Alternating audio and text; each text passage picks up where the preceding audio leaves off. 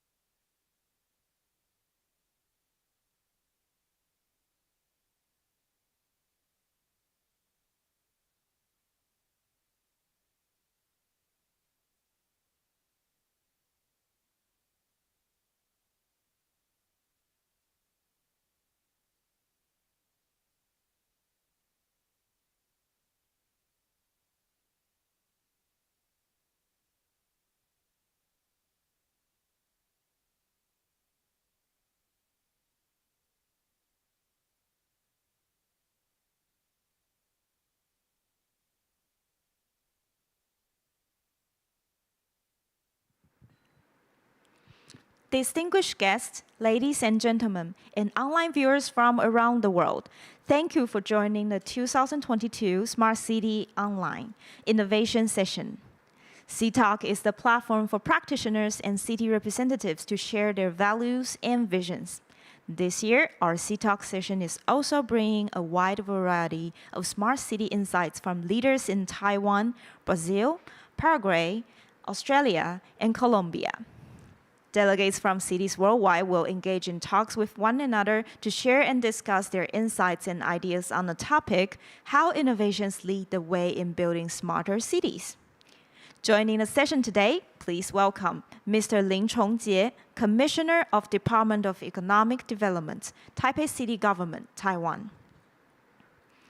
Mr. Henry Rodriguez, Executive Manager Research, Development and Innovation, Inatel, Brazil. Mr. Fernando Saguiel, Minister of Ministry of Information and Communication Technologies, or MITIC, Paraguay. Mr. Warwick Carter, Executive Manager Governance and Advocacy, City of Kwinana, Australia. Ms. Jimena Duque Alzate, Executive President of Colombian Software Federation of Software Industry and Related Information Technology, or FEDESOFT, Colombia. And please welcome our moderator today, Mr. Shuoyan Zhou, Distinguished Professor and Director, Center for Internet of Things Innovation, National Taiwan University of Science and Technology, or NTUST. Thank you and welcome. We will now take a virtual group photo of all the delegates today to capture this special moment. Delegates, please look into your camera. We're about to take a screenshot. Ready, set, smile. Next, please put out your right thumb and give us a thumbs up as we take another photo shoot. Okay, ready, set, smile. Thank you for joining this group photo shoot. And now, please let us invite our moderator today, Mr. Shuoyan Zhou, Distinguished Professor and Director from Center for Internet of Things Innovation of NTUST, to kickstart this session. Mr. Zhou, the floor is yours. Thank you. Good morning or good afternoon. I think for most of our speakers, it is good afternoon. Thank you for your participation. The pandemic we had during the past 2 years has incontrovertibly accelerated the development of many innovative technology and applications, which in turn facilitated cities a wealth of opportunity for economic development. It is imperative for cities to foster such innovation from private sectors to infuse this momentum to alleviate the challenges we are facing while coexisting with the pandemic and also in the post-pandemic area. So today we are very honored to have 5 distinguished speakers from Taiwan locally and 4 other countries in South America and Australia with extensive experiences in innovation or economic development for public sector and private sector. And without further ado, let me start by introducing our first speaker. Our first speaker is Commissioner of Economic Development, Taipei City Government, Mr. Lin Zhongjie. However, unfortunately, he is having a schedule conflict. So instead, we are going to play his presentation to start our session today. The topic of his presentation is the innovation practices of Taipei economic policy. Please go ahead. And guests, ladies and gentlemen, good afternoon. I'm Chongjie. It's my honor to share our innovation and action we have taken in Taipei. City play a crucial role in the 21st century, and its importance is rising as we are engaging more challenging in energy demands, climate change, and the natural disaster. With this challenge ahead, Taipei employs innovation for preparation. The approach to promote innovation are from internal to external, from public to private, guided by Maker.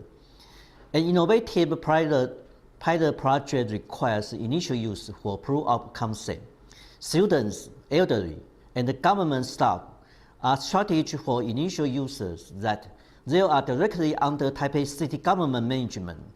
The 16% is just the right percentage to trigger wider innovation as shown in Rogers' diffusion model. There are a wider range of public innovation in Taipei. I take 4 paths of demonstration. These are service, social, circulation, and space innovation. Each path with focus on opportunity management, networking, subsidiarity, and asset liquidity. Taipei created a new business model in government purchase. We buy service, not to buy a facility. We set up a performance contract, not a property deal. Taking Taipei floor market as an example, indoor 25 degrees Celsius is the ideal temperature for floor market. We signed a service contract with temperature provider. The standard scenario is 35 degree outdoor. The provider ensures 25 degree indoor. If the outdoor hotter than 35 degrees, the indoor shows 10 degrees cooler. In the performance contract, Taipei City government has no worry about facilities repair, operation costs, and the technicians.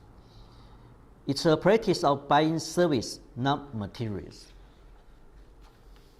Service innovation is to offer easy, quicker, and safe government service. For example, a central monitoring of public market may worry dealers and vendors during pandemic. At the time of early pandemic, July 2021, Taipei City government connected vaccination data into staff ID card and set up a sensor and market entrance. It provides a non-touch method of entry control with quickly access and privacy protection. In terms of social innovation, Taipei has employed 66 social enterprises since 2015. Within many interesting stories, Storywell in the case that I will share with you. Storywell is a group of fashion designers. They design fashion items with recycled clothing and tailored by the parents of brain-damaged children.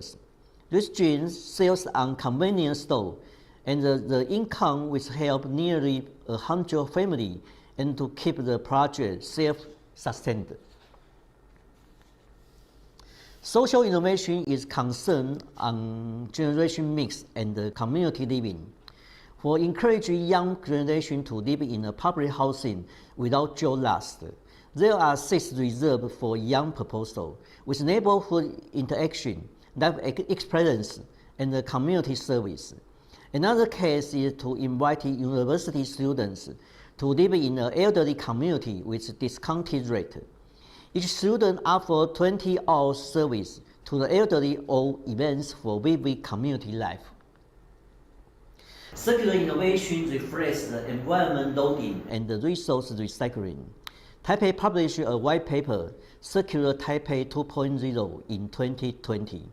In the reports, 8 categories such as water, energy, waste, etc., are discussed for policy and action needed to be taken. For example, social housing is required to be built with 20% of recycled material and 5% budget for sustainable purchase. In addition to construction sites, circular innovation can also be found in daily life. For instance, traditional market often has food cannot to sold out every day. These surplus food are kept in a fridge for charity sector to collect and use for fresh meals. Taipei City government also provides funding for companies who use recycled material. There are 112 cases funding during 2015 to 2022. For example, the right picture shows products with recycled canvas. The last section is space innovation. The warehouse of former power company has revolution into a blockchain base for sharing and co-working. Another case is heritage conservation into agri-food adventure place just next to the traditional market. The last example I would like to share is the post-Flow Expo football stadium and its transition. The 2010 Flow Expo leaves the city legacy of exhibition space, which are now turned into trade show, urban farm, and startup space. This is a very brief introduction of Taipei innovation. This innovation demonstrates Taipei's vision, ambition, and action. Thank you for your attention, and please visit Taipei as soon as the pandemic is resolved.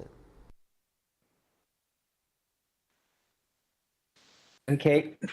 Although the Commissioner Lin cannot be with us, but we thank him for his very comprehensive introduction of city economic development or city development innovation of Taipei.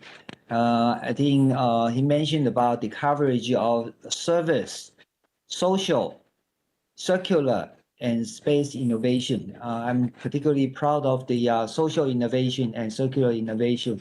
I see a lot of development in the city of Taipei.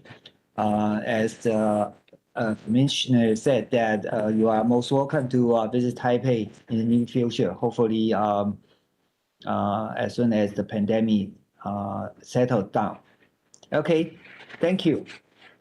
So let us move on to our next presentation. The next presentation will be by Mr. Henry Rodriguez.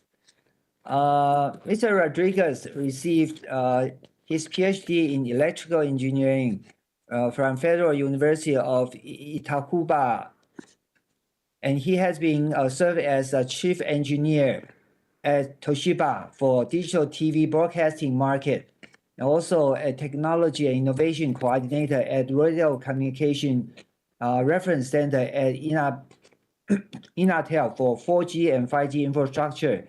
He's currently the executive manager for research development and innovation at Inatel Competence Center for IoT, 4G, 5G, e-health, AI, edge computing, software-defined radio, and other technology. Very impressive coverage of the technology. Let's have Mr. Rodriguez for his presentation.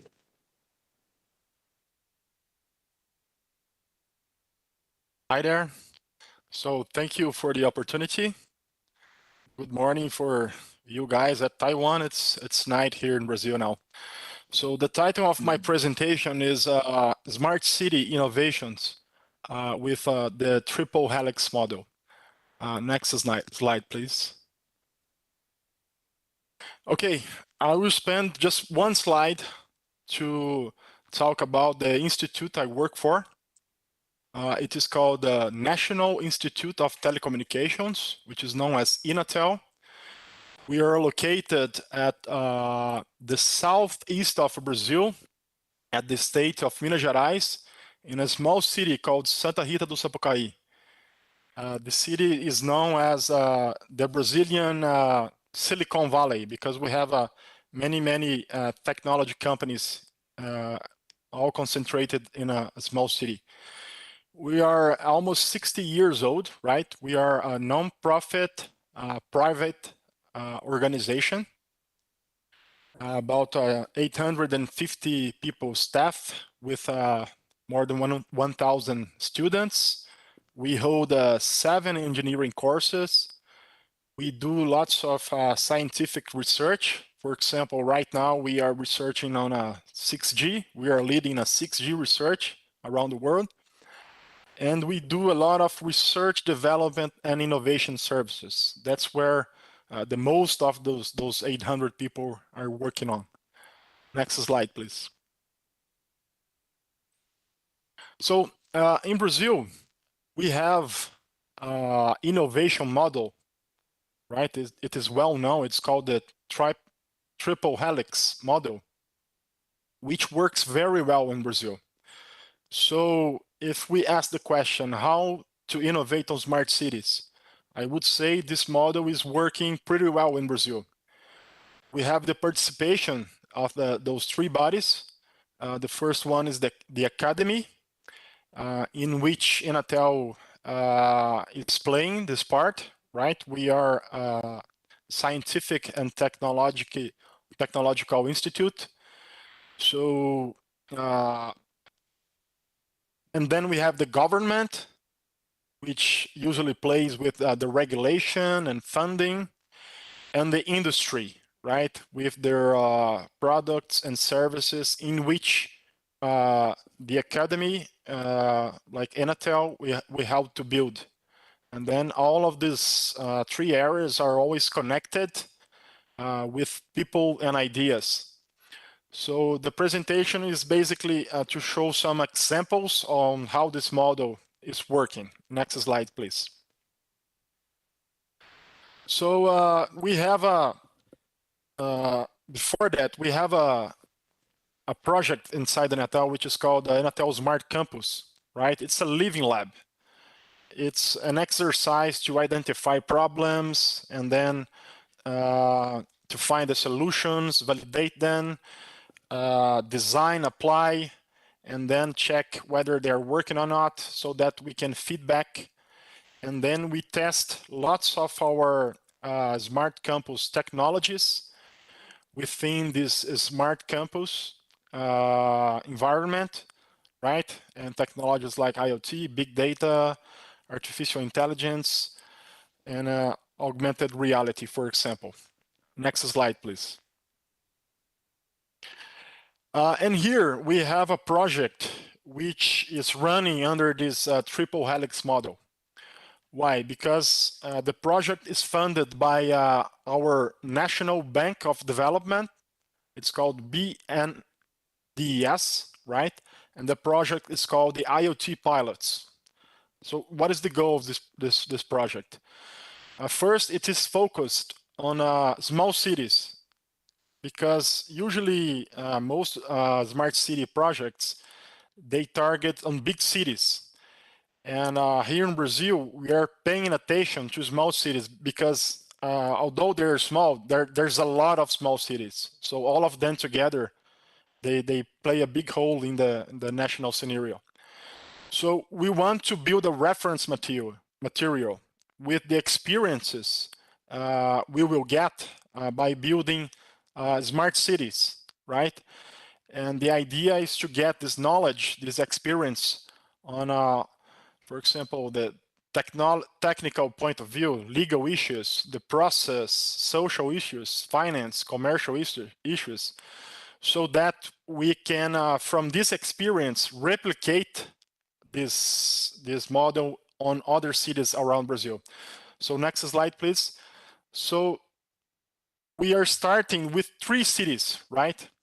Santa Rita do Sapucaí, which is here, which is as the economic here is based on electronic industries, around 160 industries in our small city.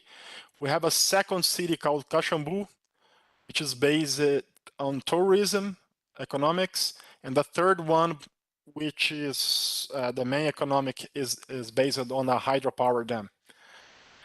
Next slide, please.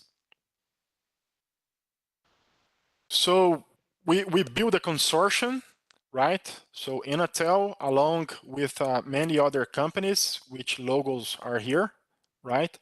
And then together with the government, and by the way, it's the federal government with the BNDES, 50% funding, and the other 50% is on each of these three towns, right?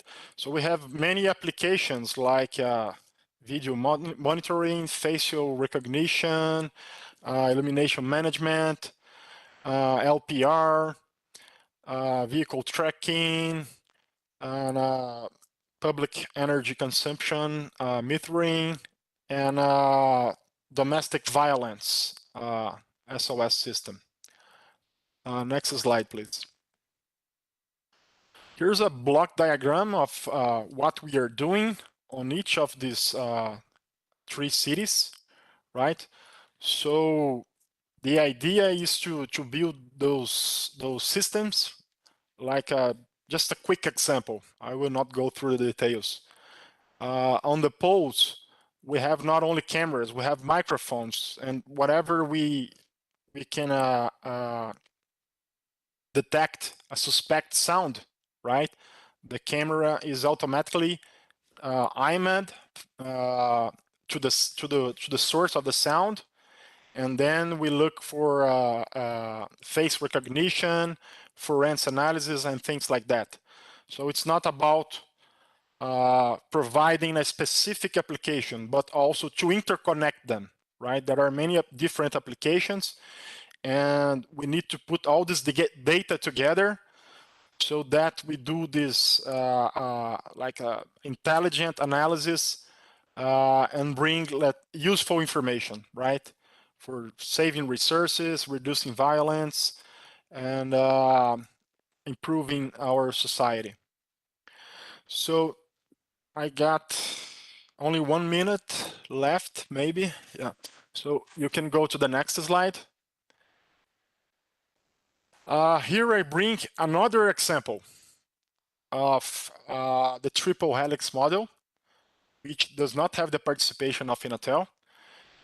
This project is done by Parque Tecnológico de São José dos Campos. It's a city on São Paulo state, and they are doing a very good job on innovating on smart cities. For example, São José dos Campos was homologated as the first Brazilian smart city, right? It is sustainable, resilient. They have smart city services, which has been validated by the end users. And it's another good example of the triple helix I mentioned, because Parque Tecnológico, for example, is built of those three parts, right? It was funded by the local São José dos Campos administration, right? City administration. It's made by like more than 300 companies, and there are lots of universities that plays an important role in this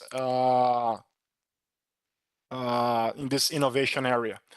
So that's it. That's my presentation. I think my 10 minutes is gone. So thank you very much. We speak later.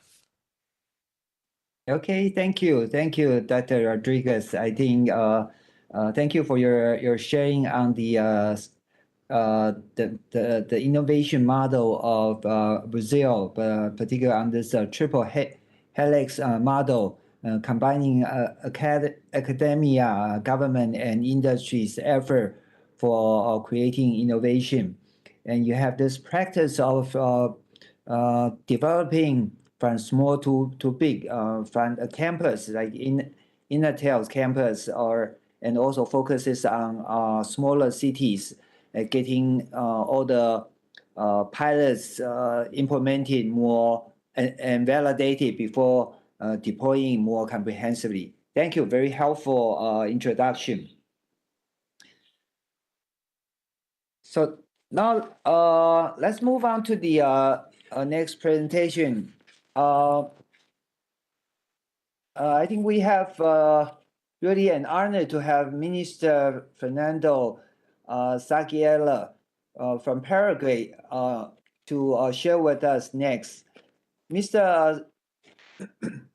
Sagiela graduated from the University of Integration of the Americas and completed a postgraduate course in international relations organized by the Center for Public Policy of the Catholic University of Our Lady of the Assumption and the Center for Latin American Study of Georgetown University, United States of America. Mr. Sagiela was part of the JBB Communication Group and licensing executive for the Walt Disney Company Paraguay. Since March of 2021, he has assumed the position of the Minister of the Ministry of Information and Communication Technology of Paraguay.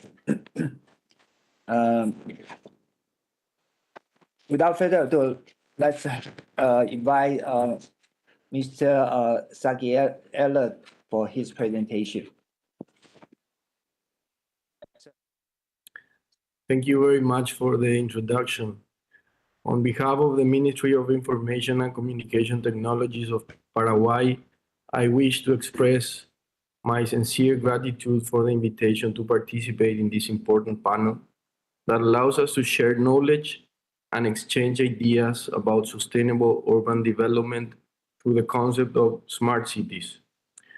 We live in a hyper-connected age, and connectivity through technology and the Internet of Things represents enormous opportunities and potential benefits, and it is a driver of profound changes. Under this premise, from the ministry that I chair, we are working to capitalize on the benefits and challenges of digitalization to respond more efficiently to the needs of the citizens, constantly seeking to improve the management of the government regarding available technologies, promoting citizen participation in the process. To adapt to the current era of rapid changes from the government of Paraguay, we assume the challenge of promoting digital transformation, deploying connectivity, infrastructure, digital talent, electronic government, cybersecurity, productive innovation, and digital economy. Guaranteeing internet access to the entire population is one of the greatest challenges we face. Data from the National Institute of Statistics showed significant growth in relation to the number of people who used the internet between 2015 and 2021. The increase was from 50% of the population to 77%. With the IGEP services, that means free internet in public spaces, we are focused on improving these indicators by providing free internet services and technological support to 450 public spaces, for example, public parks, in different cities throughout the country. These free internet access points will allow citizens to continue taking advantage of connectivity, making opportunities accessible to all and promoting a more digital culture.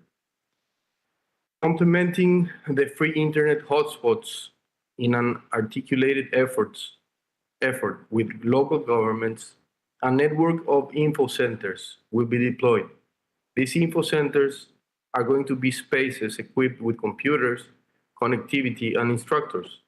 The community will have the possibility of carrying out different activities, such as digital skills training, information accessibility, access to digitization opportunities, and as well as carrying out government-related procedures online.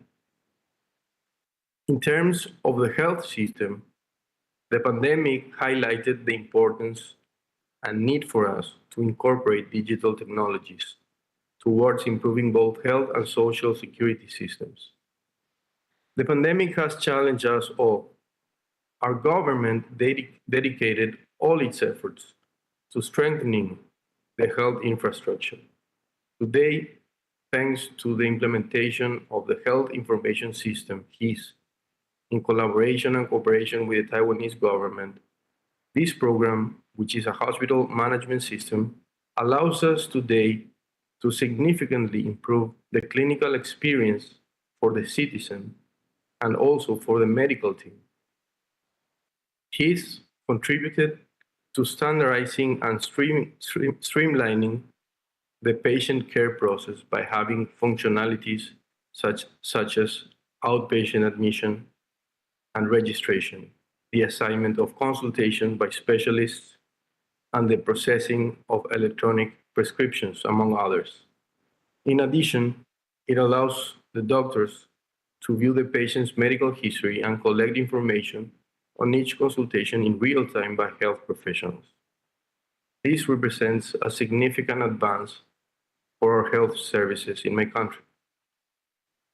Nearly 4,000 health professionals have already received the training and are using the system. Considering that in Paraguay around 70% of the population does not have private health insurance and depend on the public health system for their care, the impact on the population of this program is very important. We have also developed a platform that contains all the information, services, and procedures offered by the government in a single access point at any time 24/7 using any device and from anywhere in the country and the world.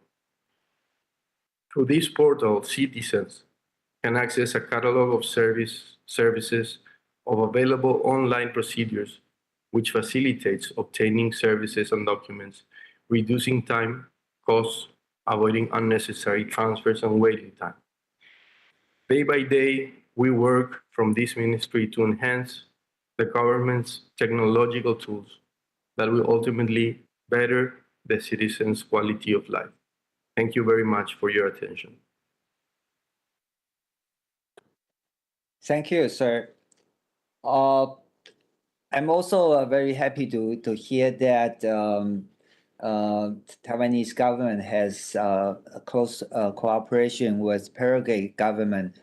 In fact, in my university, National Taiwan University of Science and Technology, we are having for the past 2 years close to 100 Paraguay students studying for their junior year and senior year in our university. And we also have a faculty member in Ashansen for the education purpose. Thank you for providing very insightful information about the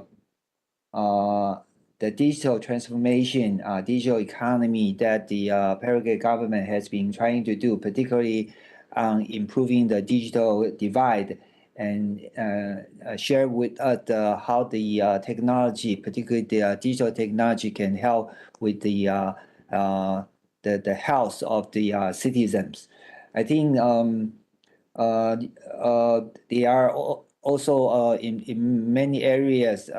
I've visited Paraguay before, so there are also a lot of areas that in the future that I think we can have more exchange and cooperation. So thank you, sir. Let's now move on to, we are sort of ahead of the schedule, but that is fine. Let's now move on to our next speaker, Mr. Warwick Carter. Warwick is the Executive Manager of Governance and Advocacy at the city of Kwinana, which is home to Western Australia's premier industrial area. He is a qualified town planner and economic development professional with over 20 years experience in the industry. And he is a former president of the Local Government Planners Association and now work with private developers and investors to help them navigate West Australia's approval system to facilitate economic development. Mr. Carter, please. Good morning. Look, great to be with everybody here and hello from Australia. Look, if we can just go on to the next slide. Look, just a quick overview of where we are in Australia. So Kwinana is in Perth, Western Australia, which is down in the bottom left there. Australia has a population of about 25 million people.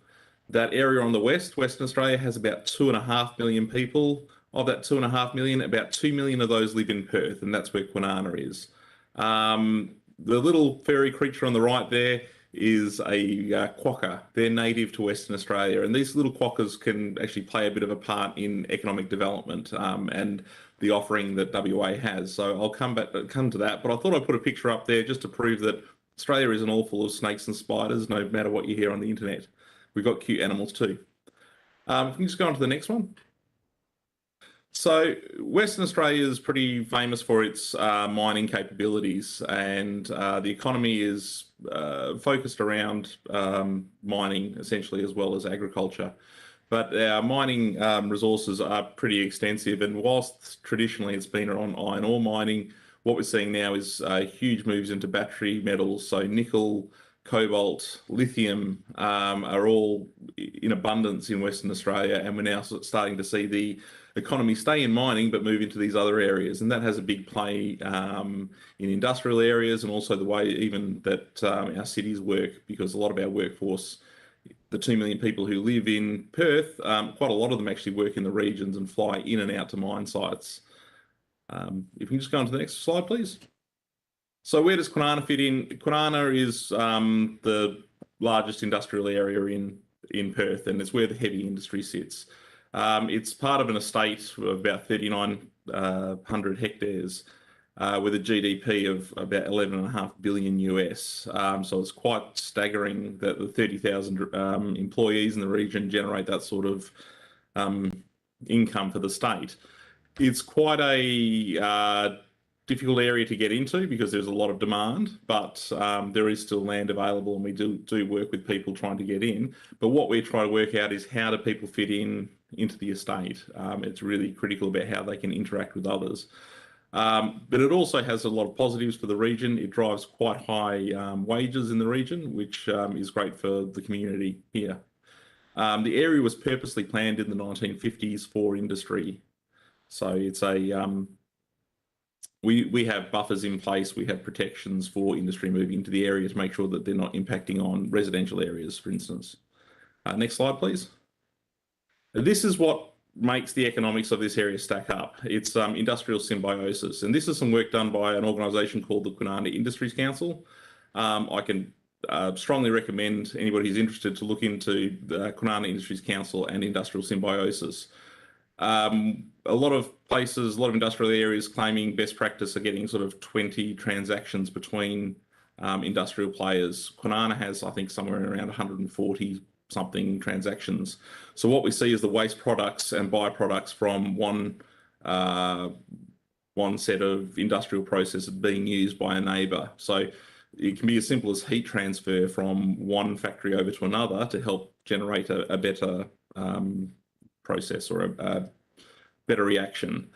By doing this, we actually are seeing huge reduction in terms of vehicles on road. So we're not seeing, we can pipe things between industrial estates, between different factories, rather than putting more trucks on the road moving acids or chemicals between various places. So it's a really important part of the story of why the economics of this area work.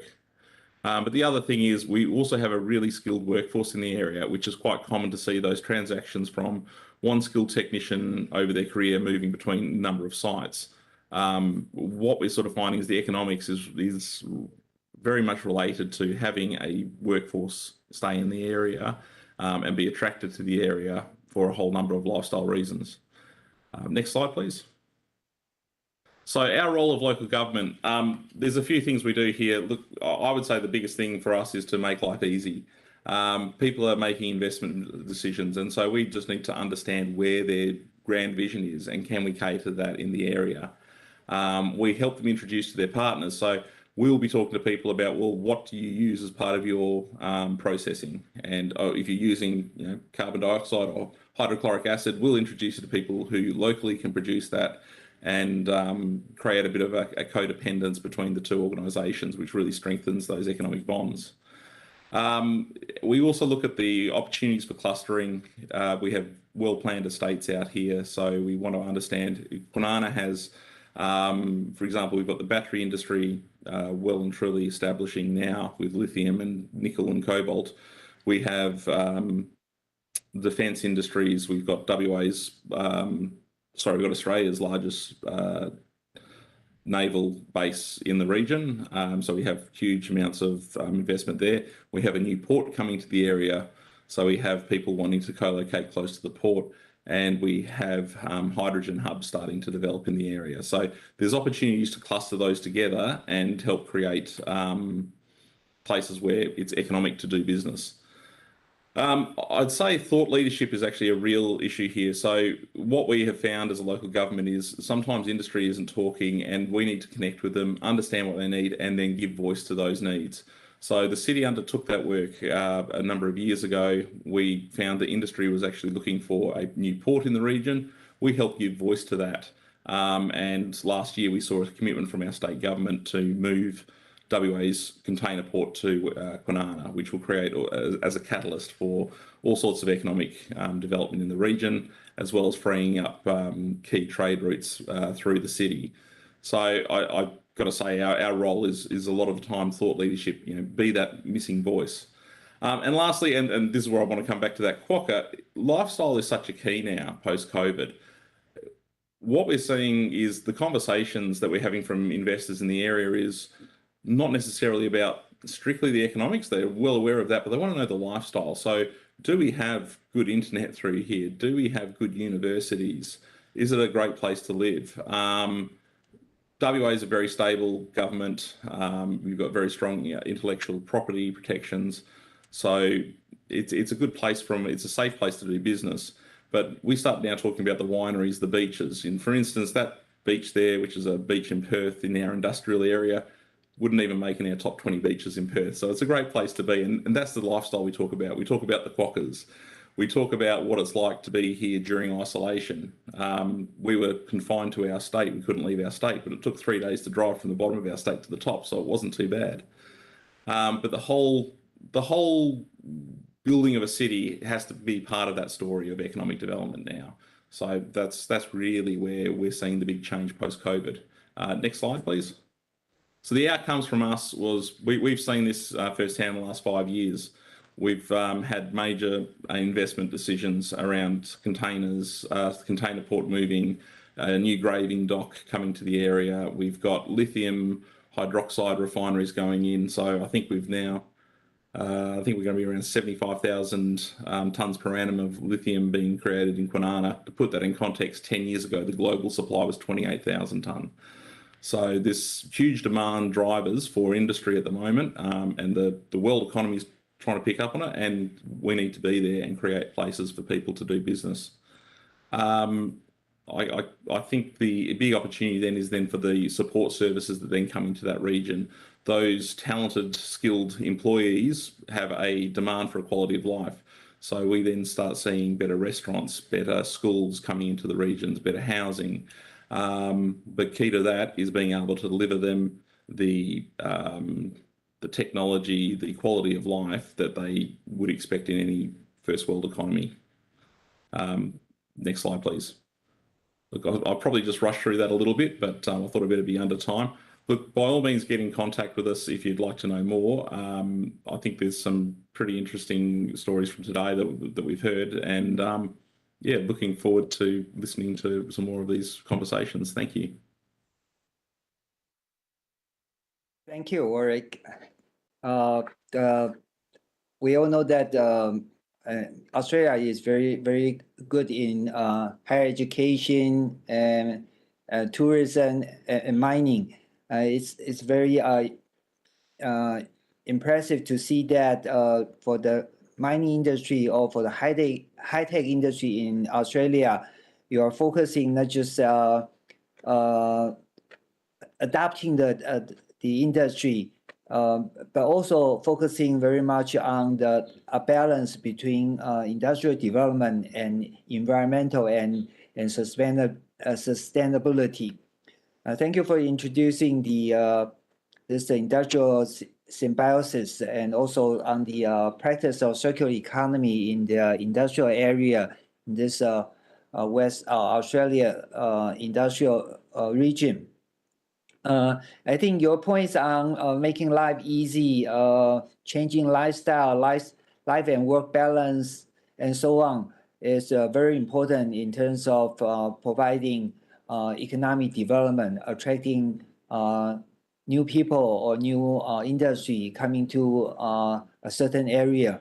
I think more and more, particularly going through the pandemic, people have the opportunity to rethink how they should live, or focus more on how they should live more safely and smoothly. So your approach of facilitating needs, harvesting synergy, I can see the benefit, the outcome, which are all very significant. Thank you. So let's move on to our final presentation today. Again, we are very honored to have Ms. Jimena Duque Alzate to be the next presenter. Ms. Alzate has a master's in international affairs from the Externado University of Colombia, and she has more than 12 years of experience strengthening the business ecosystem of the IT sector through closing the gap, supporting internationalization and innovation processes.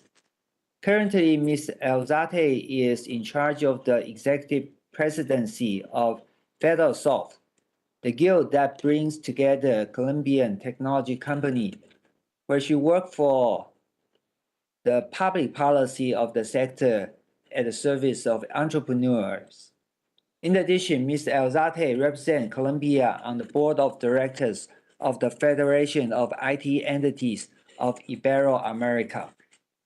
Let's welcome Ms. Alzate for her presentation.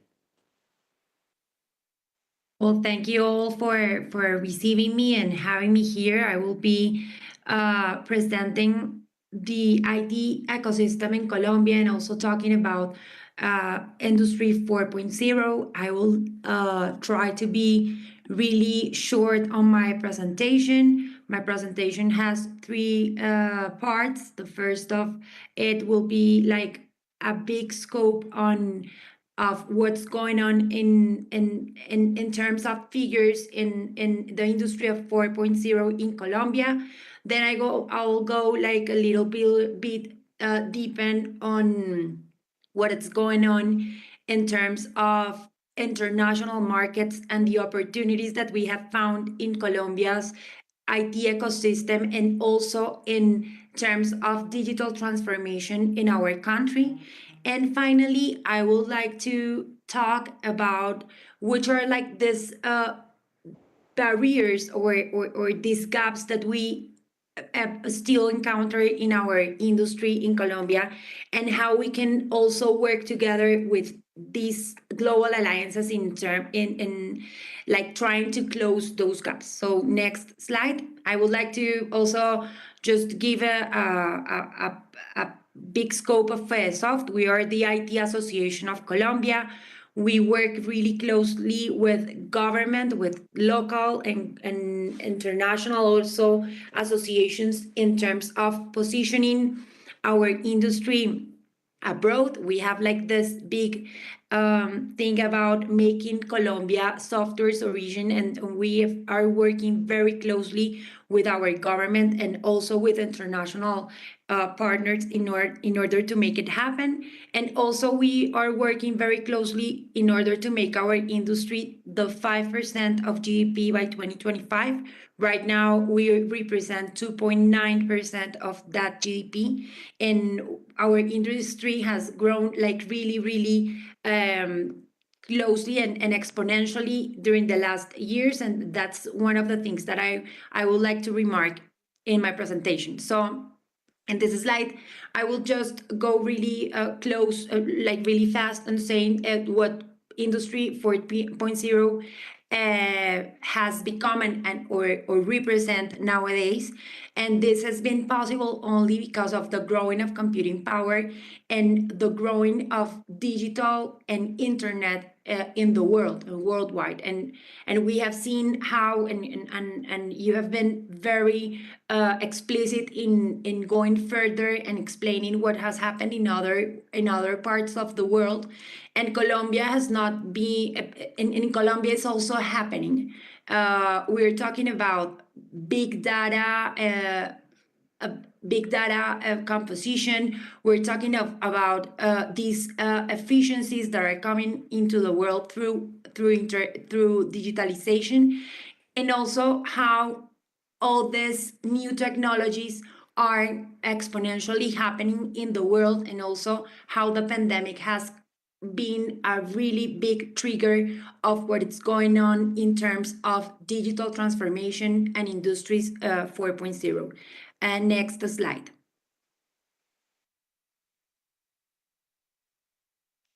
So what has been like the impact of this ecosystem or what has happened in terms of Industry 4.0? So services are the most important infrastructure, and it has enabled production and investments due to the use of services in production. Services have become most relevant for innovation and entrepreneurship. We have been like also faced a big boost on entrepreneurs and startups based on digital economy. And also in the COVID pandemic, the world began to undergo accelerated digitalization that has favored sectors that are focusing their business model on the intensive use of high technology or specialized human capital. This has happened also very closely in Colombia. And one of the big things that we have faced in our country is that not only we are producing more software or more digital products, but our citizen has been a more digital citizen, and has been able to consume more digital products and appropriate technology properly. Next slide.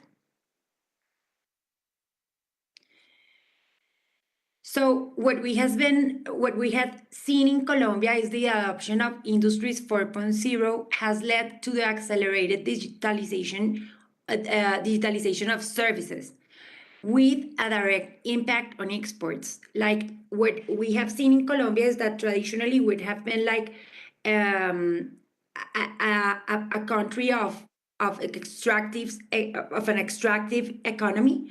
But what we have seen during the last years is that we have grown really fast our exports in services, and also very focused on IT services and also on BPO services.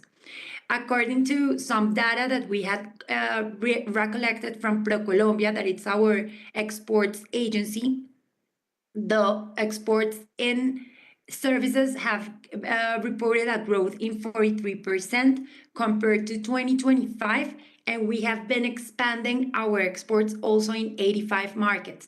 That's very, very important for a country, as I was saying, that it was mostly focused on primary goods and exporting primary goods, and also extractive economies. The BPO sector grew 17%, and software sector, that it's very, very important to remark this, has grown in at 33%.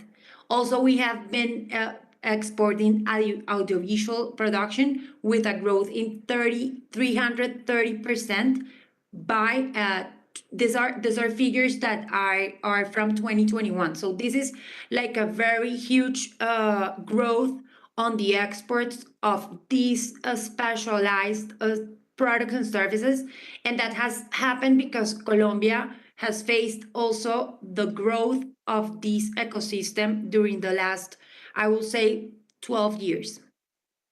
Next slide.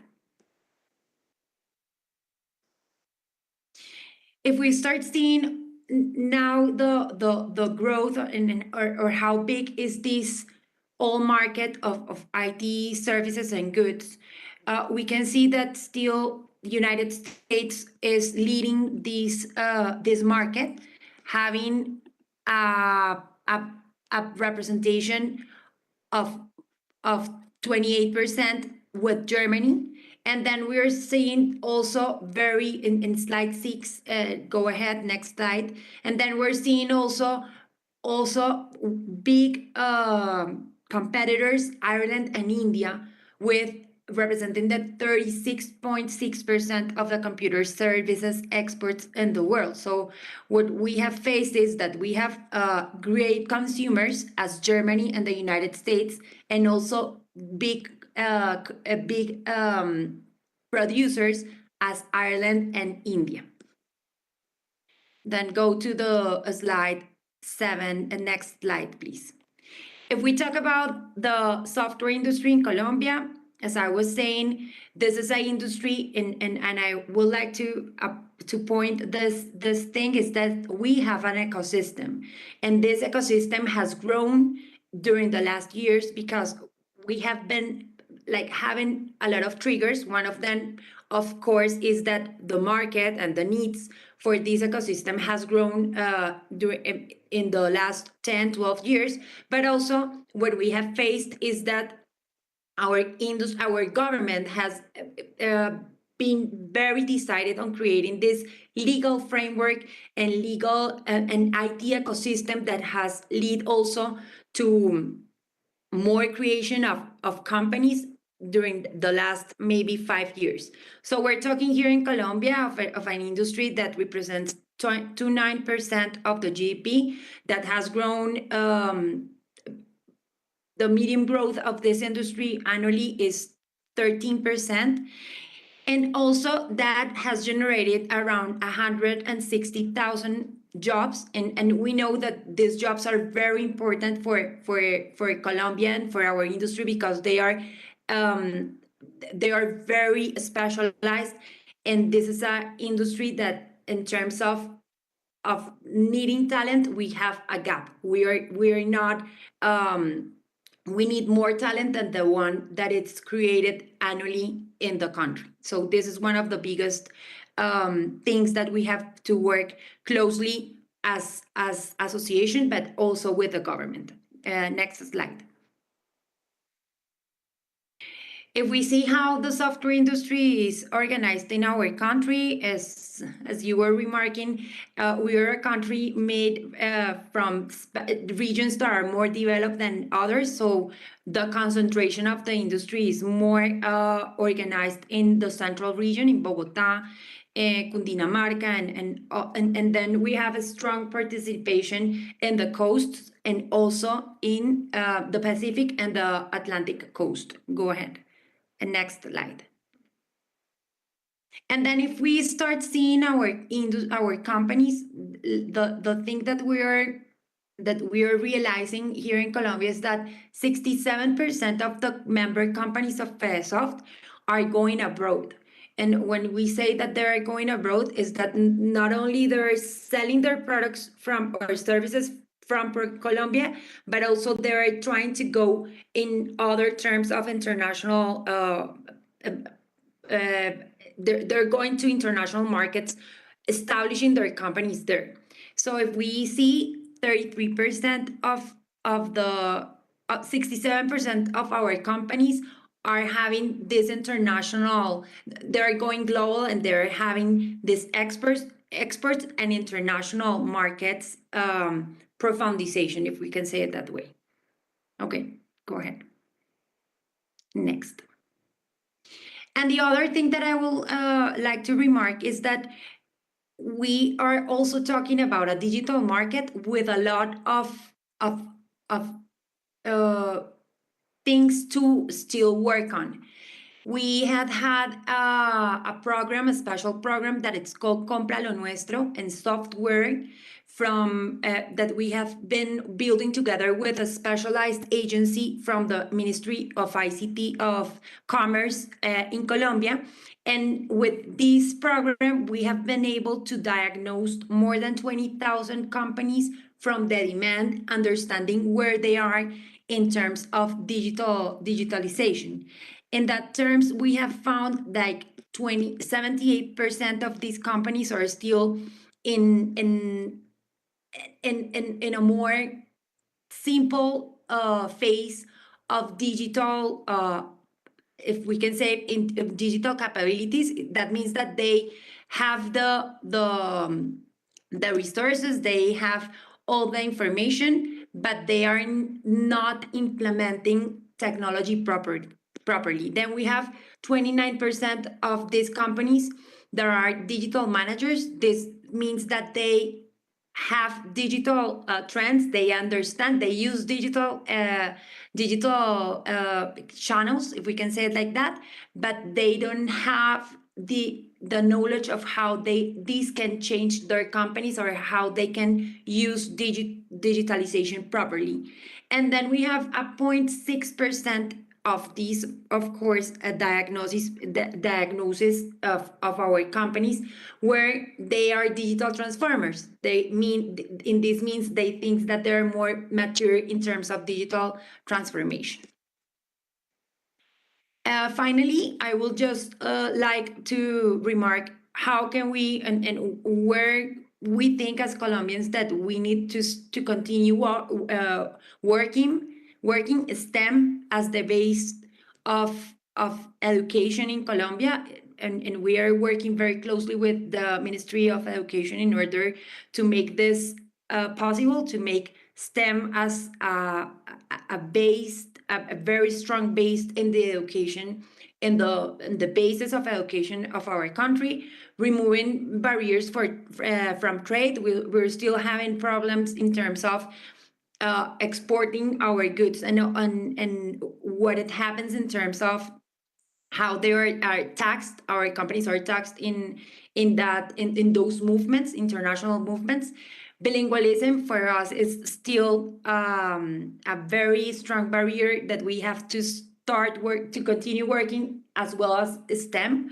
We think that those are things that have to work in alliance.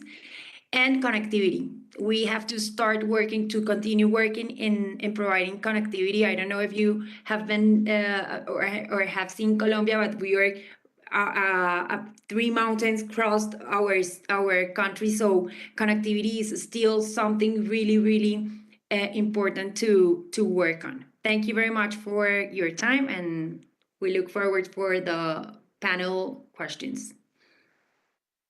Thank you. Thank you for your sharing about the software industry development and software and service industry development in Colombia. I think your responsibility in the software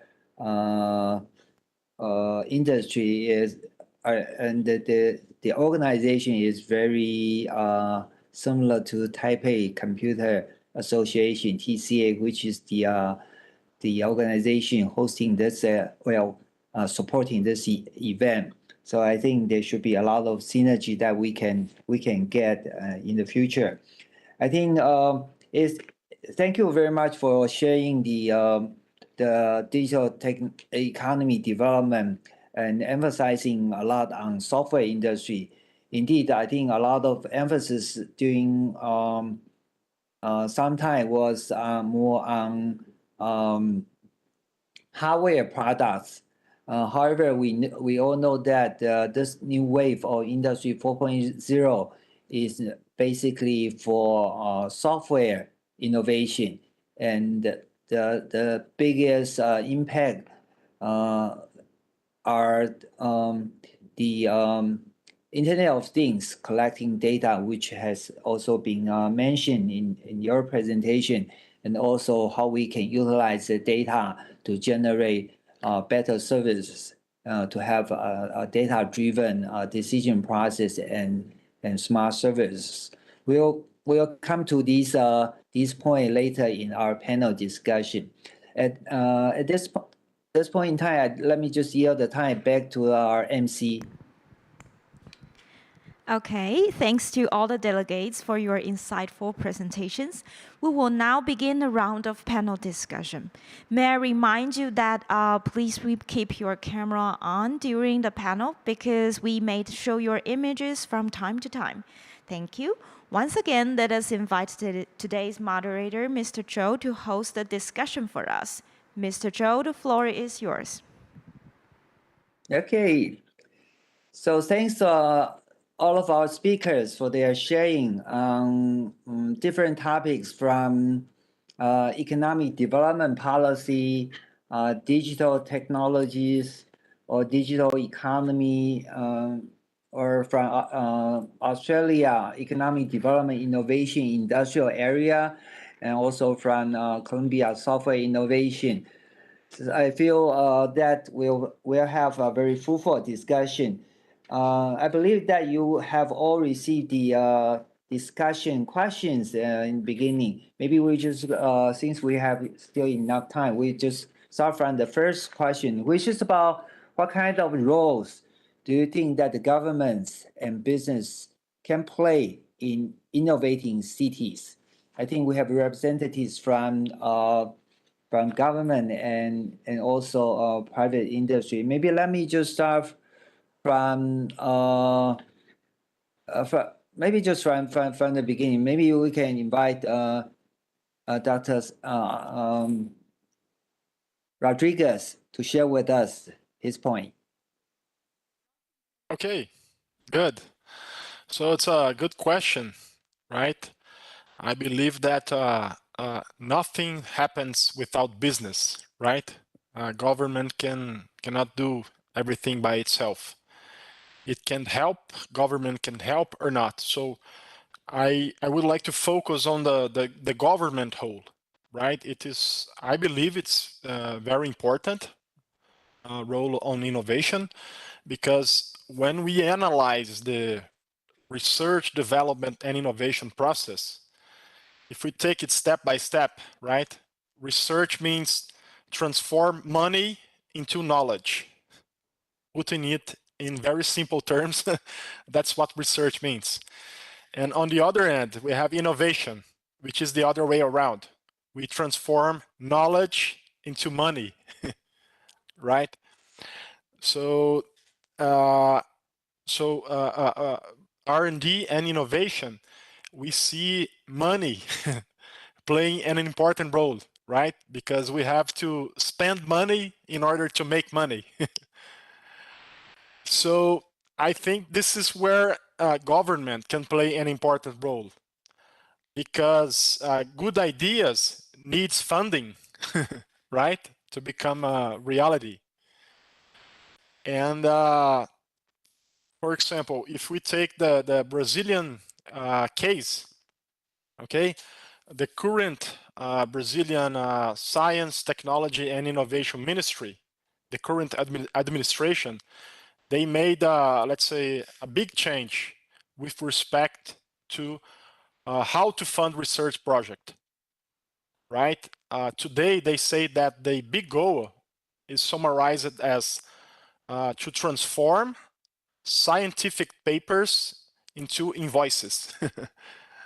Okay, so it's not just about having a good idea, writing a paper, and publishing it. That's important too. Okay, but it's even better if you build a product or service, and it goes all the way up to the end user, right?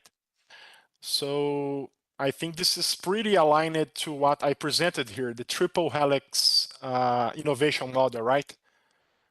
In which we have academy, the business, right, the industry, companies and startups along with the government funding and regulation, right? And the second whole, I would say it's regulation, right?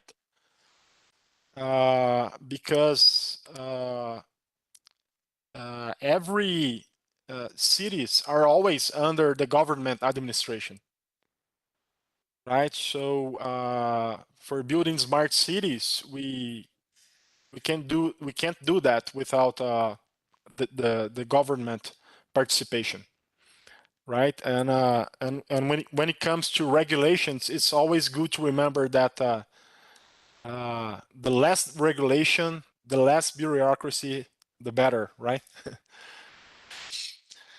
So that's my point of view. I will pass to my colleagues. Okay, thank you. I'm wondering if Minister Sagiel is still with us. I believe Mr. Sagier has left due to some other urgent matters, so maybe we can have other speakers to answer this. Okay. Maybe let me invite Ulrich, since you are helping private industry to navigate into policy and laws so that to help their economic development. I think you should probably have a lot of things to share with us. Ulrich? Yeah, thanks. Look, I certainly concur with some of those other points made before. For me, I think the best thing government can do is give certainty to the private sector. So when we have rules, have them be very transparent, very clear about what it is they're trying to achieve, and essentially give the market a space where they can innovate. So whether that be rules around environmental protection, or sometimes about the location of certain land uses, or whether it's around certainty that they can innovate in that space with with protections in place for their intellectual property. I think that's really the place that government needs to play in there. We've seen the private sector do some amazing things in this area where they've had the spaces to do that. So what we're seeing now is the private sector is very much on board with decarbonisation. They see the value of it. We just need to give them the space where they can do what they need to do. We've seen this with innovation. So we see huge investments coming in for building in new plants, greener plants, because that's what the expectation of their shareholders is, as well as their own, the values driven out of some of those companies. So I don't think government needs to, crack the whip on these businesses. It's about giving them the space where they're free to innovate and to have the certainty that they're not going to be running into trouble with government or their neighbours or whatever it may be by having those controls. So that to me is probably one of the biggest things we can do there. Okay, thank you. Can I invite Ms. Zate to share with us? Yeah, sure. I think, and I agree with our other panelists with this, what they are, of course, pointing. But I think that in our countries, the role of the government is very important, and they are more enablers of this revolution and this innovation in cities. When you think about cities in Colombia, we need a government, a local government, and also a national government that understands innovation and that wants to work closely with industry and also the triple helix, as Mr. Rodriguez was saying, in order to create and to enable this ecosystem. And as I was saying, sometimes you don't need the government to be controlling and being like very active in maybe deciding where or how to orient the innovation, but maybe they can create all the bridges in order to make this ecosystem work properly and bond in between and understand why we need to innovate. And sometimes innovation can happen really, really easily if you have a government as an enabler of these things that are happening in the city, and also as a provider, as Mr. Rodriguez was saying, of funds, because we need really good funds in order to create innovation in cities, and also to create this strong ecosystems in innovation. So what is happening here in Colombia, for example, is that we're looking at some special cities in the nationwide, where there are hubs of innovation, and those hubs of innovation are a reality because the local government is funding this and it's creating the right ecosystem and the right legal frame in order to create these hubs of innovation, but also because the local ecosystem, and I'm talking about academy and also about industry demand, and also the offer, are very prone to create all this ecosystem and to work properly in making it happen. So I think the role of local government is very, very important, and especially in cities or in countries as Colombia, for example. Okay, thank you. I think our panelists provided a very broad view, yet a very, very consistent view on the role of government on the facilitating the innovation. I think from the triple helix model that Dr. Rodriguez shared with us, he also mentioned about these three parties: the government, academia, industry cooperation. And from the government, he feels that the regulation is more important, and also funding.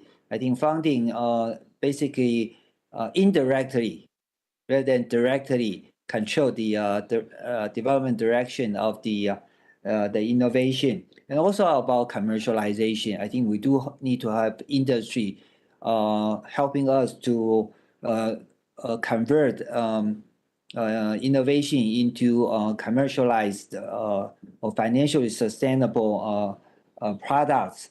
And also, I think from Warwick's point of view, I think different countries have different stage of development. From your perspective, I think you mentioned about certainty of the regulation is very important. Indeed, that's where the effectiveness, the efficiency come from. If the industry cannot or do not know where or what to do, and it will be very difficult for them to accelerate faster. And talk about government. In fact, from the present sharing of Mr. Alzate, I think also about the regulation and the funding from the government, and particularly she mentioned about government serving as an enabler. I think that's very important. In terms of software or digital technology development, or in recent years, financial technology development, I think in order to alleviate the challenge of the regulation, government created something called sandbox, so that you can apply and work within the sandbox, having things developed before they can be deployed commercially or legally outside.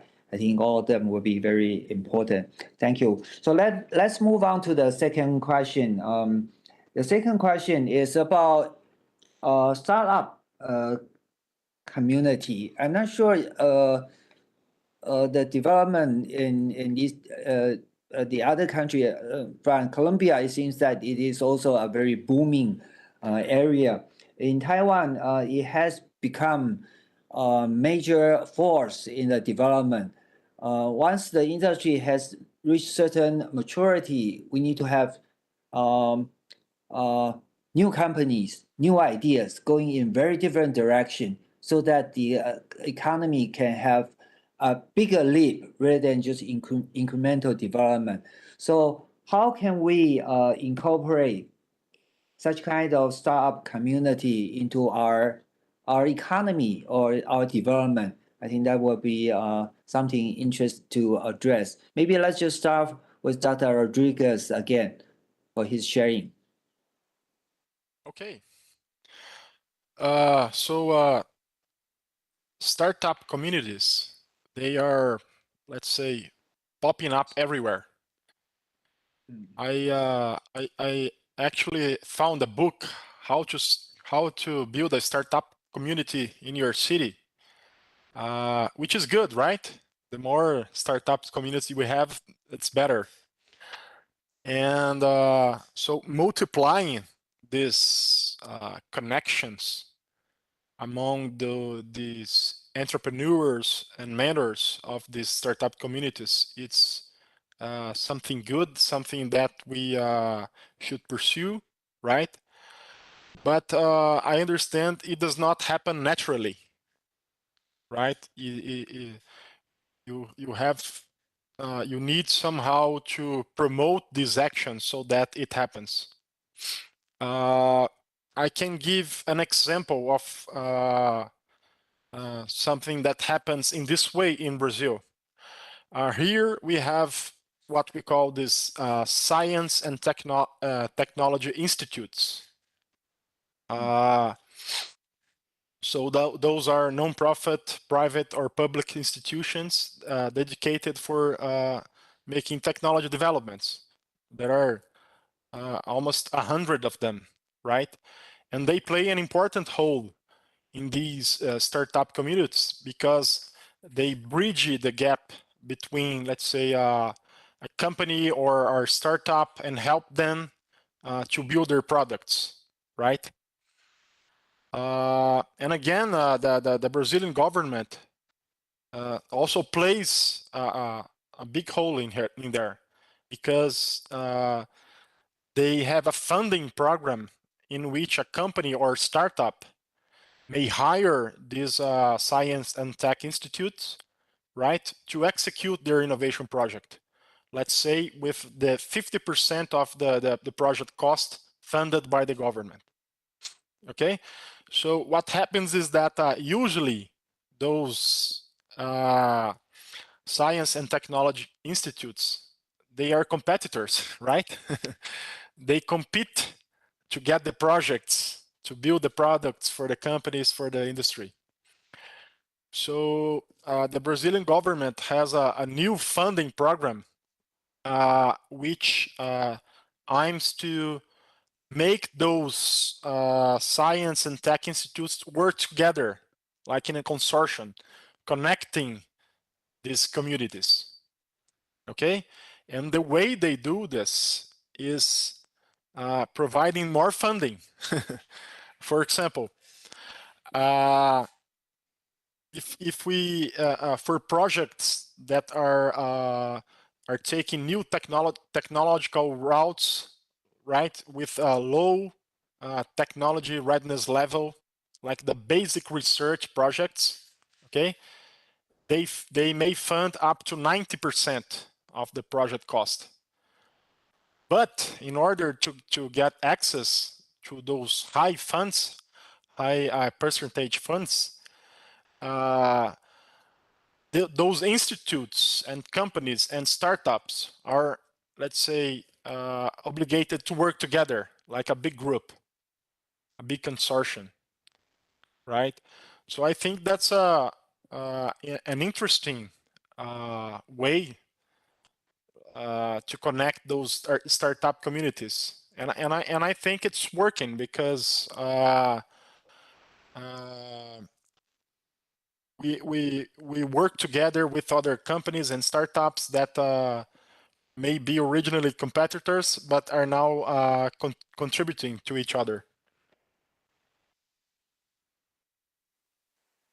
Thank you. Warwick, would you care to share?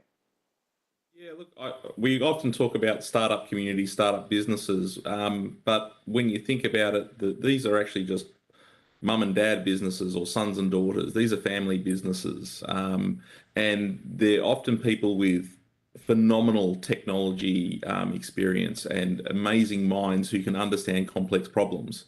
But whether they know how to run a business or not is often the big drama for them. So a lot of the time, our role is to sort of come in around them and show them, well, here's how you do a strategic plan for your business. This is how you forecast your profit. This is how you deal with people who don't pay their bills. It's the simple things that often get lost because, there's a quote about working in small business was, I used to work a 9-to-5 job, so I started my own business and now I work 24/7. That they spend huge amounts of time working in their business, and so we need to make that easier for them and make them understand what it is they're working to achieve to help them prosper. And so a lot of the time our engagement is with often their accountants who are pulling their hair out because they can see this person's got a great idea but has no idea how to execute it.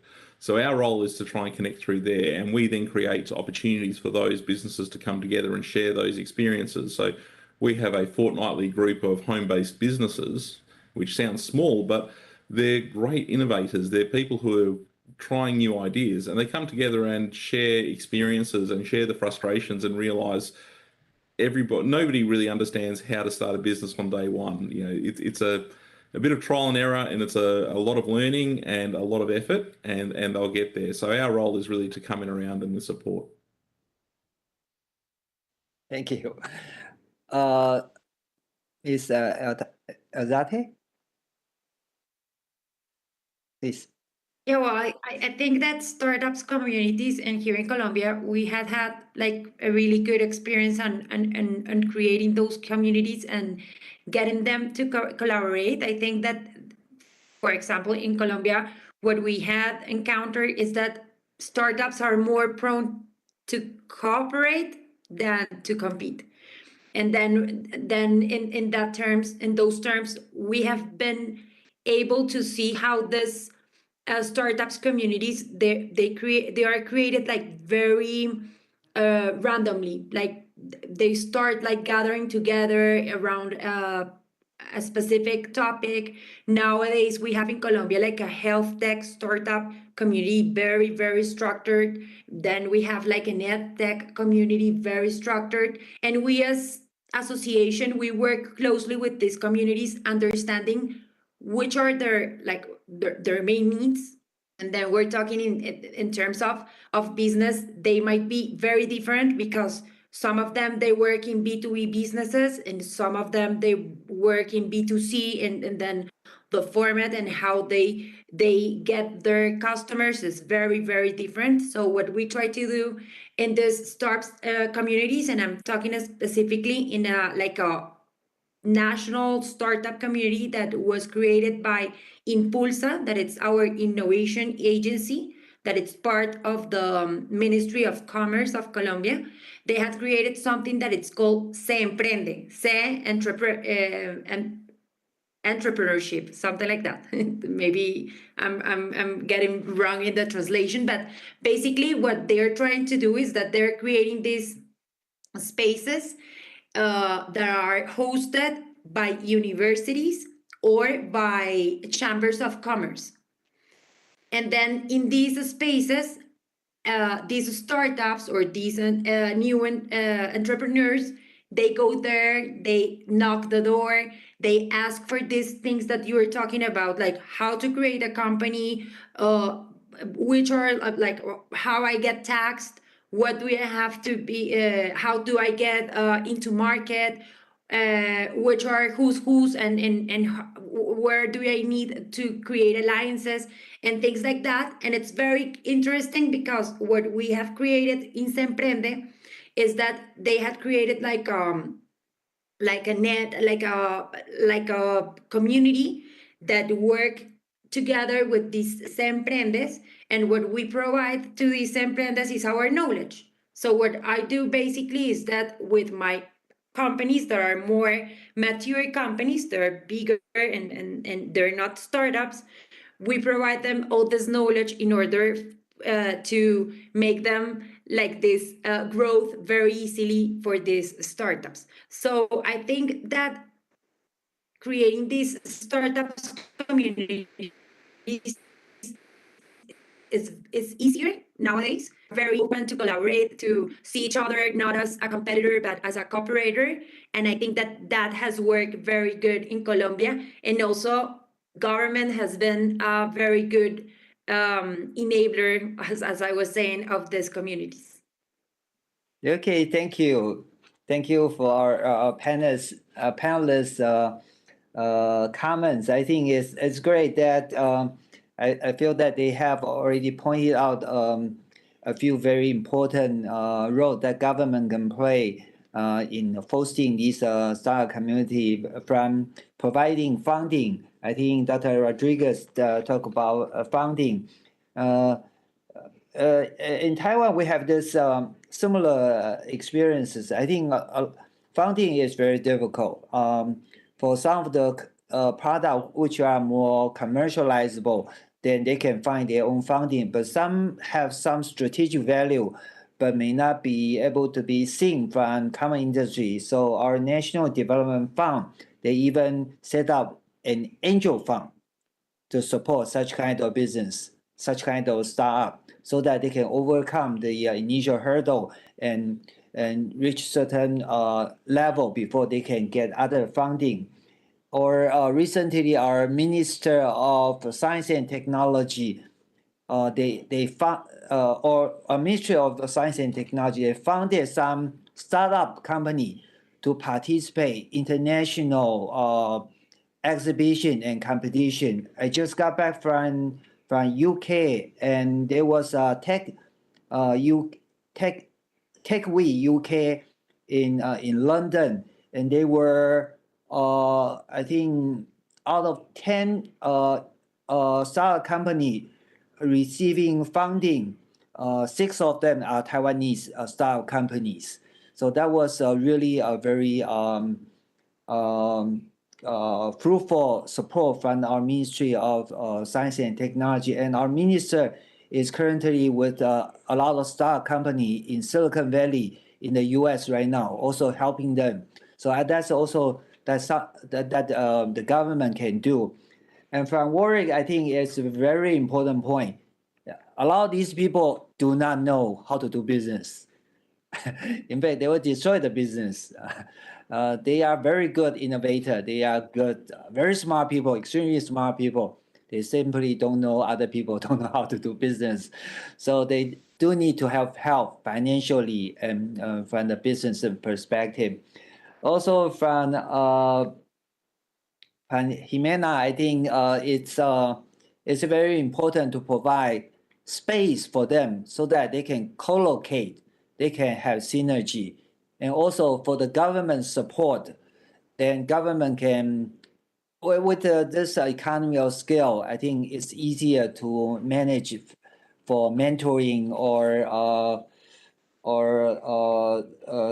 coaching activity or even financial activity for these startup company. I think all these are very valid point to foster our innovation startup company, innovative startup companies. Thank you very much. Because the time, in the interest of time, I think we all have to conclude today's panel session. I would like to thanks again to our panelists for their insightful talk and fruitful discussion, particularly for Warwick for staying up so late for the panel. Thank you very much.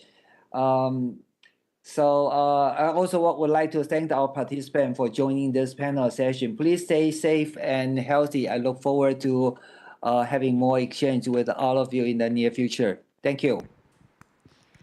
Thank you, Mr. Zhou, for moderating the discussion, and our deepest appreciation goes to all the delegates for joining us in today's CTalk session.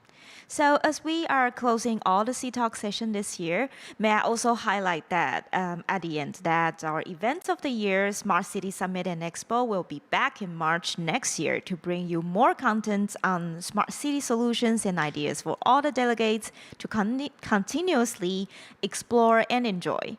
So please visit our official website, en.smartcity.org.tw, or search Smart City online for more information. Once again, thank you all for participating in CTalk Online this year. We're looking forward to seeing you again. Thank you and goodbye. Goodbye. Bye Thank bye. you. Bye bye. Thank you. Thank you all.